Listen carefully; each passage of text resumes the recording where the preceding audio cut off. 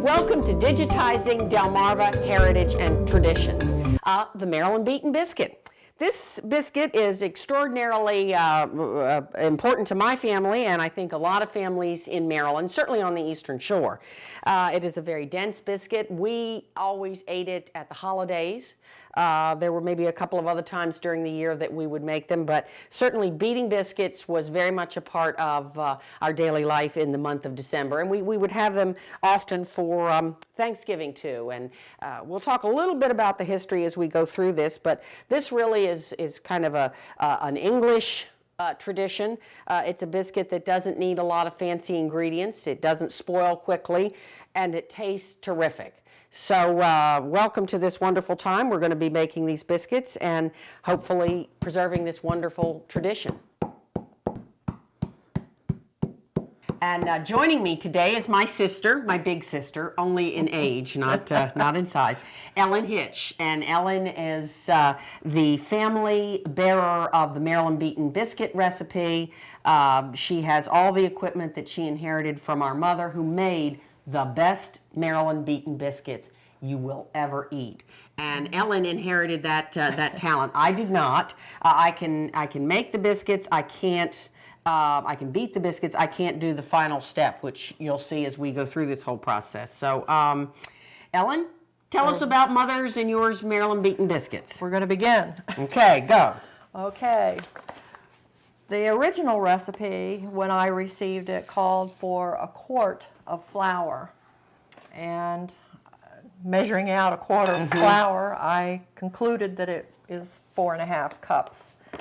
So we start with 4.5 cups of all-purpose flour. Right. Do you want me to sift that? Or are you going to sift that in there? I'll sift it in there, Yeah. but you'll have to sift a little bit of it in there, if you will. Just put Sure. the sifter right in the bowl.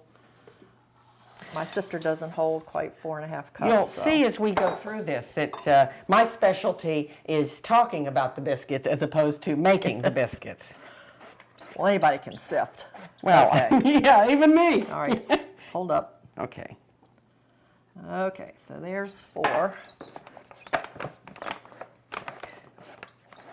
And this is a process that you generally do a stop. few times a year. Right. You don't make these every weekend. Oh, anytime. heavens, no. All right, now, just hold up a minute because I want to add some other stuff in there.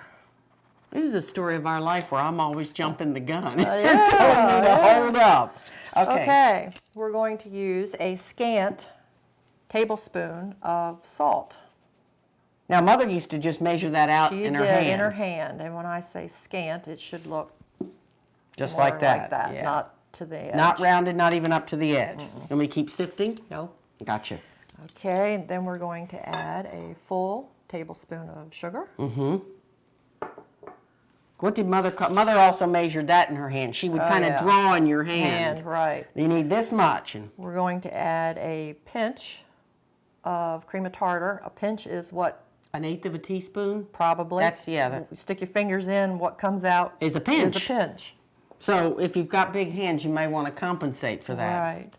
And the recipe called for 2 fingers of baking powder. 2 fingers of baking powder is what comes out on 2 fingers.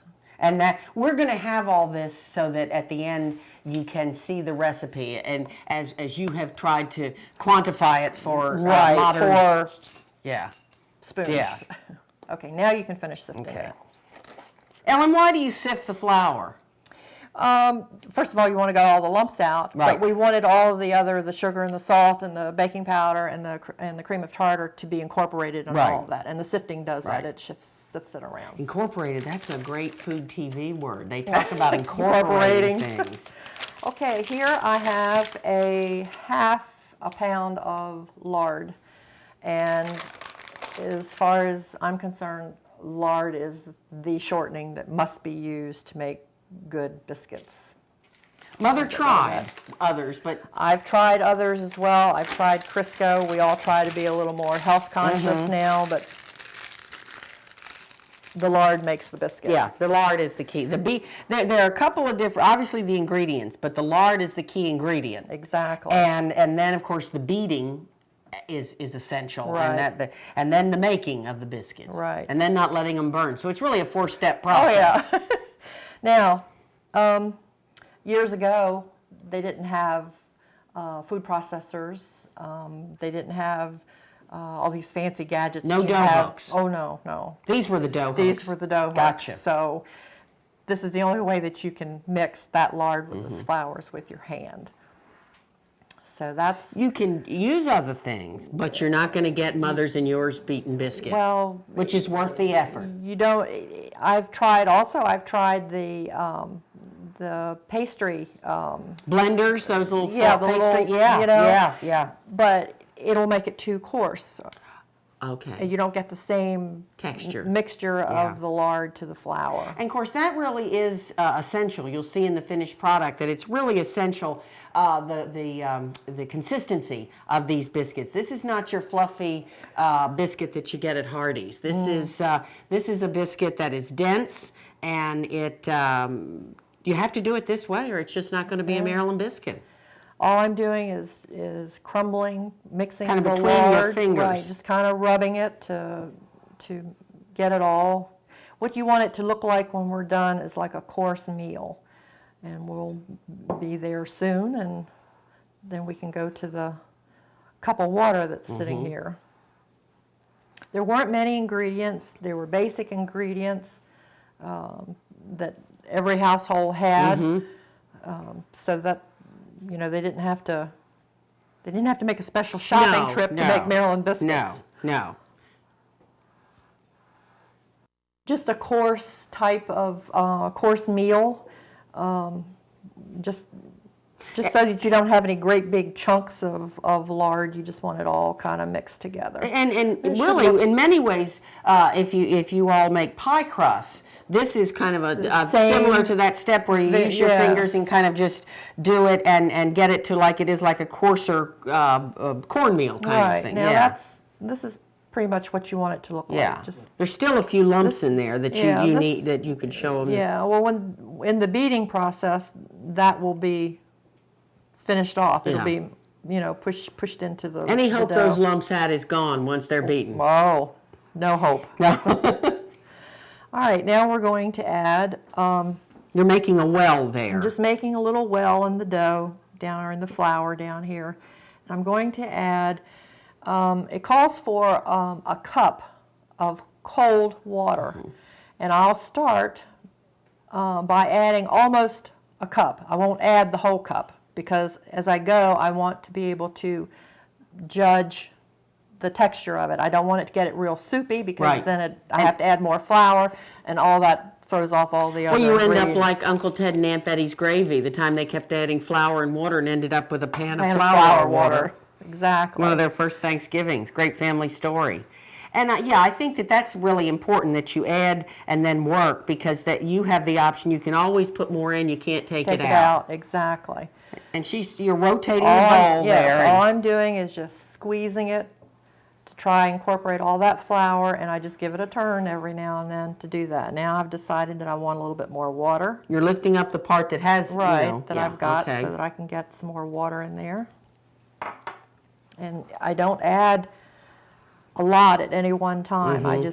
You just have to, it's experience, I guess. You just practice. You just have to,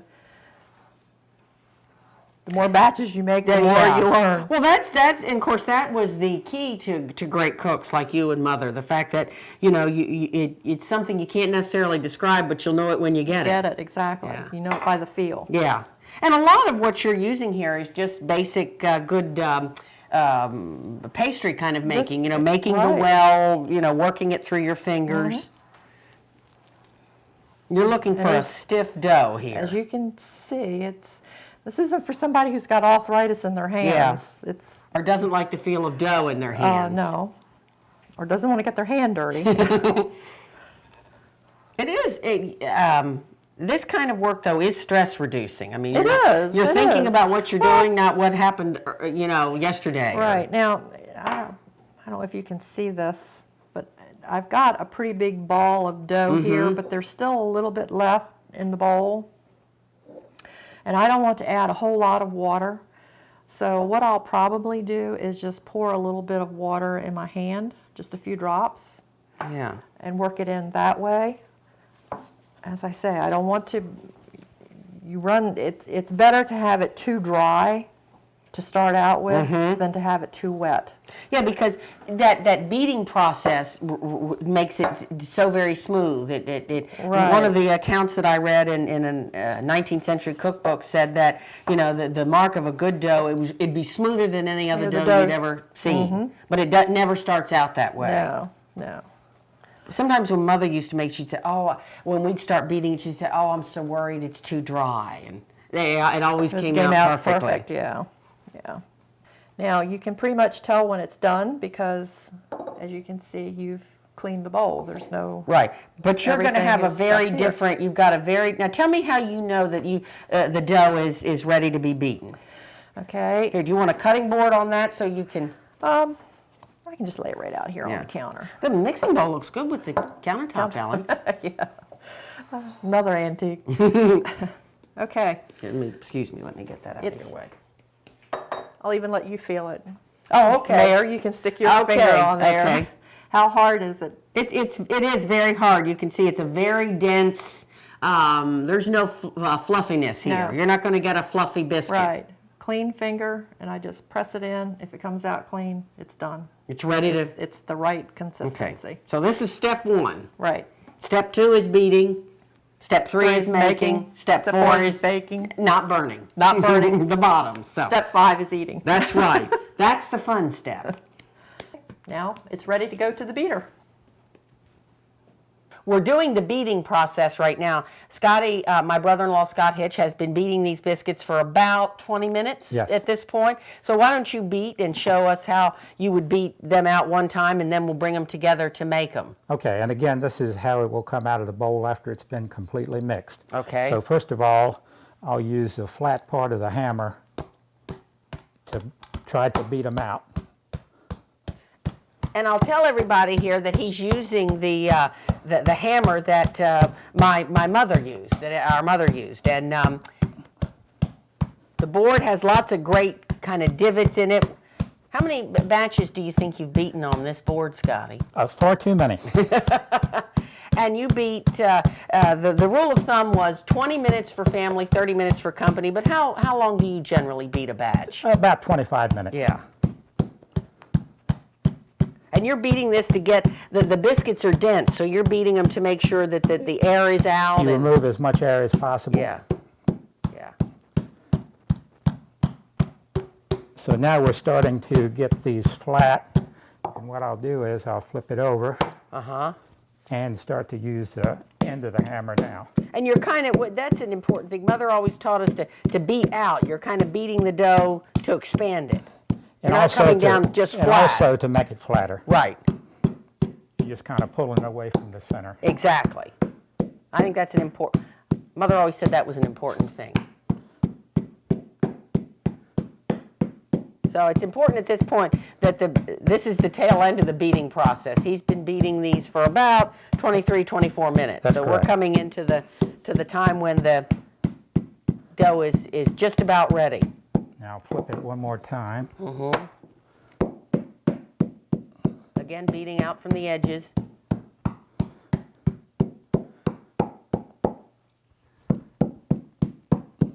This is a great stress reducer, isn't it? I mean, you could come home and beat a batch of biscuits, or you can pretend it's somebody you had trouble with that day. I don't want to talk about that.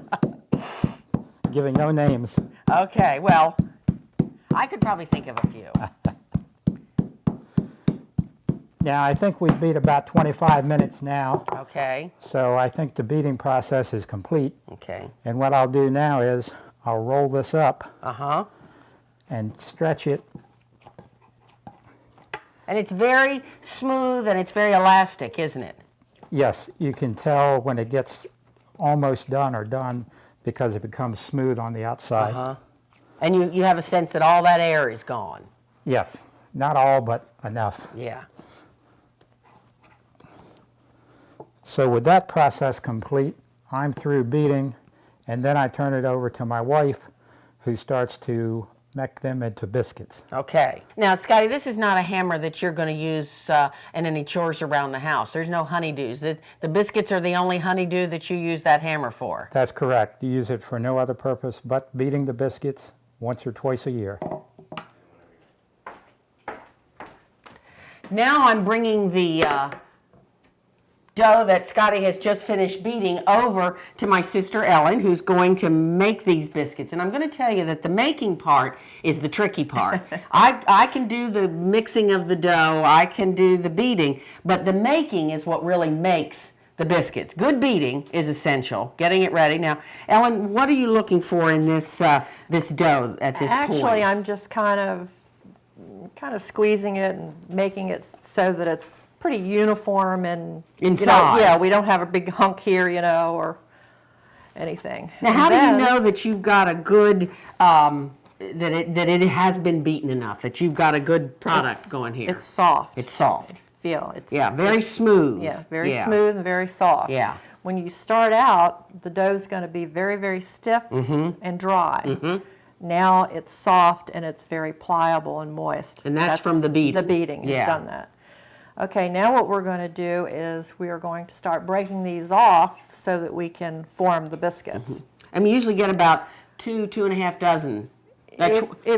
If there hasn't been a lot of dough eating before, this family is a dough eater. Okay, okay. So it's usually a couple dozen. You should get 2 dozen. Sometimes we get 2.5 Yeah. dozen. But basically what I do is I take the palm of my hand, put it there, and where it closes that's my rule for my biscuit. So And this is a really important part, as I said, and it's not as easy as it looks because I've never mastered it, which is why Ellen inherited the hammer, the board, and the little marker that we use. We call it the pricker, which she'll see in a little while. Because my kids tell Ellen that she's the only person who can make them as good as Nanny, and Nanny was our mom. So, well, it just takes practice, and it's because it is a time-consuming process. And I think everything today is so rushed and hurried. It's something that a lot of people just don't have time or take the time Right. to do anymore. and this isn't something you do every weekend. Oh, heavens, no. You do No. these. As he said, maybe twice a year. Yeah, you know? yeah. Now, how many batches did you make this past Christmas? Oh, 8, I believe. And when you make them at Christmas, you kind of get a little system going here where Oh, you're yeah. making the It's dough and Scotty's beating, then you're cooking, and Right. you know, so It's usually a day process. We start out in the morning and hopefully we finish by like 3 Yeah. o'clock. So it's just one continuous thing after the other. Okay, now this is the tricky part, everybody. So watch this because this will be the cutting edge with a good biscuit. Watch it. Okay. Now that I've got them all broken out, now I'm going to knead them because you want them to be smooth and round to form a biscuit. So I start with a little piece and I just push and turn, just give it a quarter turn like that. Now, as you can see, it certainly isn't round right now, but then I just pick it up and kind of squeeze it, pull Yeah. it all together, Pinch it like up there.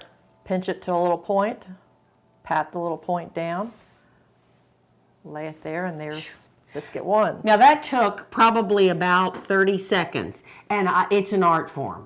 There's no way that I can do that. I've never quite mastered that. It's just a matter of kneading it and turning it and rolling it. And as I say, when you pick it up, you can see that it's nice and smooth and round on top. And it certainly isn't smooth and round on the Yeah. bottom, but then just by pulling it together like that and then patting it down, you can. Well, and you talk about, I think that's a really important point, the fact that in this world, everything is quick. You pull something out of the refrigerator, heat it up, Oh, and then yeah. you're done. And this is an art, but I have so many great memories, and my kids do too, of going down to Mother's and beating the biscuits and having them cooked, and then, of course, the fun part was eating them. Eating them, that's the best part. Yeah. That's the best part. In his retirement, Daddy would always come up from his little office downstairs and say, "Are they ready Oh, yet?" yes. And you know, when you make these, the great thing about Maryland biscuits is it's impossible to have a bad Maryland biscuit. Never had one. No, Never. No. Mother used to say, "Oh, I don't like the looks of the bottom. Maybe she thought they were too done or something." But Daddy would always say, "Nope, Maribel, there's no such thing as a bad Maryland biscuit. Some are better than others, but there's no such thing as a bad Maryland biscuit." So. I've eaten some that have been burnt on the bottom. I'll before. tell you. They even taste They good. do, especially if you put a little bit of country ham and a Oh, slab yeah. of cheddar cheese, which Daddy used to call rat cheese. Cheese. Yes, which is how my son likes to eat them. With cheese. Yes. I like country ham. Yeah, well, he throws a slab or two of that in there, too. Or just butter. Yeah. Oh, yeah, and it's funny when you talk to people who know Maryland biscuits, everybody has their own favorite thing that they like to eat with them. Yeah. So there's a rhythm here. Ellen's got a rhythm going that I think is essential to making them look as good as they do. And also the trick is through the beating that Scotty did and through this kneading process and this making process, Ellen is going to get a Maryland biscuits that's dense. It's not your fluffy biscuit. No, it's not going to be a light. It's not going to be airy. It's going to be very, very dense. And the first couple of days, they will be soft, still inside. But the longer they stay, they will get drier inside. I've never had them stay so long that they were powdery. You've never had to throw any out? No. No. And in fact, when our son and his wife arrived on Christmas Day, he leaned over to me and said, "Do we have reason to anticipate there are going to be biscuits arriving shortly?" And I said, "Ellen's coming at 3. Yeah. Now the biscuits will be here, I think." Interestingly enough, I did a little research. Maryland beaten biscuits are something we really take for granted in our corner of the world and certainly in our family. But this beaten biscuit, this dense biscuit, really dates back to the 16th century English, and it was something that had very basic ingredients, didn't go bad quickly, and so it was something that the navies used because they could put it on board, and they'd of course be out for months at a time during the height of the Elizabethan and the British Empire. So they had this kind of hardtack biscuits, and it found its way to this country and ended up going to Virginia and then the Appalachian regions in Kentucky and then finally to Maryland, where it became our Maryland beaten biscuits. Yeah. And they say that the really good ones are ones that are dry on the outside and smooth and soft inside. So not gooey, but just, and that's, I think, was the hallmark of our mother's beaten biscuits, is that they had that density, they had that texture, but they were never like so dry you thought. They weren't powdery. I need a glass of water to get this baby down. Yeah.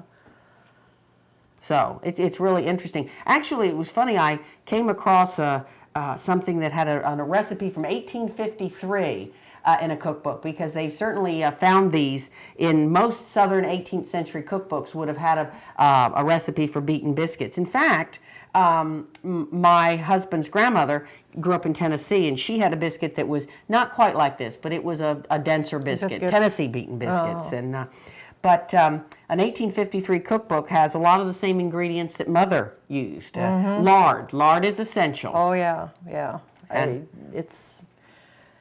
I've tried Crisco, I've tried other products, but lard. And you know what's pork fat. Yes, well, absolutely. But you know what's funny about that now? Everything comes full circle. I was sharing one day with a young woman who I got to know as a trainer, and she was in a master's program in integrative medicine. So she was very much into healthy lifestyles and those kinds of things. And she actually said she thought that butter or lard was better than a lot of other shortenings because at least it wasn't hydrogenated. It was what it was. Exactly. Just like everything else, eat it in moderation. Yeah. That piece is going to be a little big. I'll have to fix that one in a minute.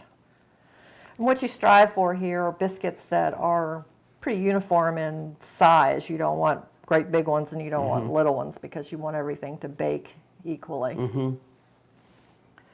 And if you come up with one that's too little or too big, then you just pinch off, add on and rework it. And you talk about the biscuit eating. I remember when Mother would make the biscuits up like this, and she would keep the little extra pinches on the corner. And it was always great sport with the kids to grab a pinch of it and eat. Get the pinch. As I say, family of dough eaters. And one of the great things about this, it's funny, we've had an opportunity to talk a little bit about biscuits since we planned this little debut here on Pack 14's Food Nation. But Mother never used to beat the biscuits. I remember beating a lot of batches of biscuits, and certainly I remember Daddy beating a lot of batches of biscuits. You beat biscuits. I would beat them occasionally, yes. And we didn't, I didn't know this story until you and I started talking about it, but Ellen's dad was my mother's childhood sweetheart, and they were married in 1940, and she lost Ellen's dad in 1945 in the Pacific. And but they courted in Allen, growing up in Allen, he was able to kind of kill two birds with one stone. He endeared himself to our grandmother. Tell that story. It was always on a Saturday, and he would go to see my mother, and at that time he would beat a batch of biscuits for my grandmother. And he was the beater. She made them just like I did, and then he would beat like Scotty did. But they got to kill two birds with one stone, because that way he could always have a little time with Mother, and grandmother would get her beaten biscuits. Yeah, and he endeared himself to grandmother. Everybody was happy. Yeah, because if you did work for grandmother, you really endeared yourself to her. She was into that. That's how to get on her good side. Yes, yes. And so we could say that our lives are very much connected to the Maryland biscuit. You bet. Yeah. All right. Okay, you want to get the pan now? I got 26 biscuits. Okay. So that wasn't too bad. Scotty didn't eat too much dough before he got started. I don't think he had any today. Talk about the pan, Ellen, this great pan. This is the biscuit pan. This is the biscuit pan. We had the biscuit hammer. This is the biscuit pan. And believe it or not, this is as much of an essential part of the Maryland biscuit to me as the hammer was, because this ensures proper baking for the biscuit. And it is a tin pan. It's not any other metal. It's tin. No super duper Williams Sonoma cookware. No. Okay. No. It has nice high sides, nice big flat bottom, and once it goes in the oven, it holds the heat around the biscuits. And this was our grandmother's. This is our grandmother's pan. So, like the hammer, if anything ever happens to the pan, we're done. We're done. We'll can't do the same thing on a cookie sheet. We'll have to get a special tin guy. I'm going to get these. The markers? Yes, these are the markers, or as we call them in our family, the prickers. Talk about these before you mark the biscuits. Everybody who made Maryland biscuits had their own mark for their finished biscuit, just as people who made butter had their own butter press, and every press was designed for their own family of their own kind. Everybody put their touch on, or titch on, as grandmother would say. When you would go to the store to buy your butter, you could tell who made it from the print, if you knew who the prints were. This marker that I have was my husband's grandmother's marker, and we have used that over the years. And this little marker was my grandmother and mother's marker. And when my mother had it, she had one of the points taken off to mark her biscuits that she made. So when it came time for me to make mine, I took off a point. So now this is your biscuits. My biscuit. These are Ellen's biscuits. Now I'm going to mark the biscuit. It's very light too, isn't it, Ellen? Just kind of push it down. This is when the kids always started to get excited. Okay. That part is simple enough, I think. You know, we touched on a lot of the great subtle things that you need to do. But when you pricked them, I noticed that you didn't go. It wasn't a hard prick; it was a definite prick. Right. But you just kind of push it down a little bit. Just enough pressure to. When I made them out, you remember they were kind of round and domed. I just sink it in enough to push that dome down a little bit. And the only purpose, well, I guess it's two purposes. Pricking it lets out a little bit of moisture. As you saw when we took them out of the oven, they had a moist sheen on them, and that's some of the moisture that had come out of the biscuit. And then, of course, it's just to put your mark of identification As Grandmother on there. Messick would say, to put your titch on it. That's right. Yeah, That's so, right. so it's for My mark. Yes, that's right. That's right. Everyone knows these are Ellen Hitch's biscuits. And it's really important, too, that everyone knows you don't wash this pan. Never. You wipe it down, but this is only for the biscuits. Doesn't go in the water. You Nope. just take a damp cloth and wipe it out. Yeah. Never throw a chicken in it on a Sunday. Never. Just biscuits.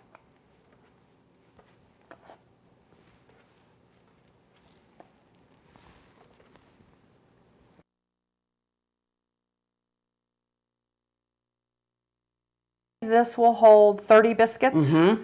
Now, obviously, I didn't have as many, so I'll tilt this a little bit. So I just kind of place them. Because they don't, excuse me, They they won't- don't expand. no. They're not like a fluffy No. biscuit or a leavened bread. They're not going to squeeze out like chocolate chip cookies. No, What no. you see is going to be what you They'll get. they'll get a little bit bigger, but not Not a whole lot. They're not going to expand and Yeah. touch each other or anything Yeah. like that. Okay, and we So- put them in, what's the temperature, Ellen? Temperature is going to vary oven to oven. My oven, I bake at 450, and I'll bake them for 25 to 30 minutes. And you need to watch them like the last 20 minutes or the last 5 minutes or so the bottoms don't burn, because that can happen. But even with the burnt bottom, it's not bad. And you're putting them on the middle rack, right? right in the Right. middle of the oven. Okay, great.